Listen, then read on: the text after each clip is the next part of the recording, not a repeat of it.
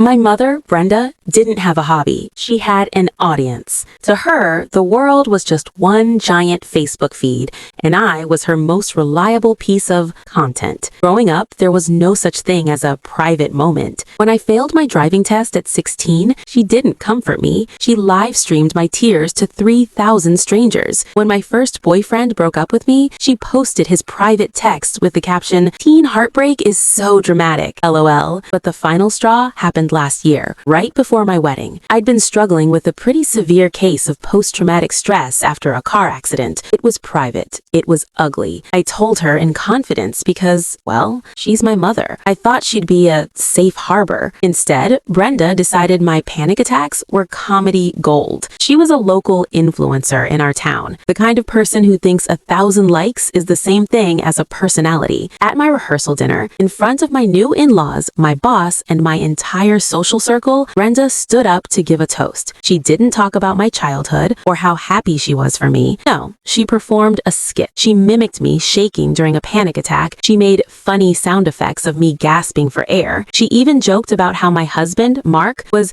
getting a used car with a faulty engine. The room went cold. Mark's parents, who are very traditional, looked like they wanted to vanish. My boss actually got up and walked out. Brenda? She just kept grinning at her phone, which was propped on a wine glass, recording the whole thing for her fans. That's when I realized Brenda didn't love me. She loved the attention my pain brought her. So I waited. I didn't scream. I didn't cry. I just let her finish her set. 2 days later, I invited her to what she thought was a mother-daughter brunch at a trendy spot downtown. She showed up in a sequined top, ready for a photo op, but I hadn't come alone. I'd invited the 3 women who used to be her best friends, the ones she'd ghosted after she started getting internet famous. I also brought a man named Mr. Henderson. Brenda's face went a sickly shade of gray the moment she saw him. "Since we're sharing funny truths, Mom, let's talk about the real reason you had to leave your last 3 jobs." Brenda's voice was a whisper. "Sweetie, don't." "Oh, it's a classic bit," I said, pulling out my own phone and hitting record. Mr. Henderson here was her manager at the accounting firm. He's the one who found the $24,000 she borrowed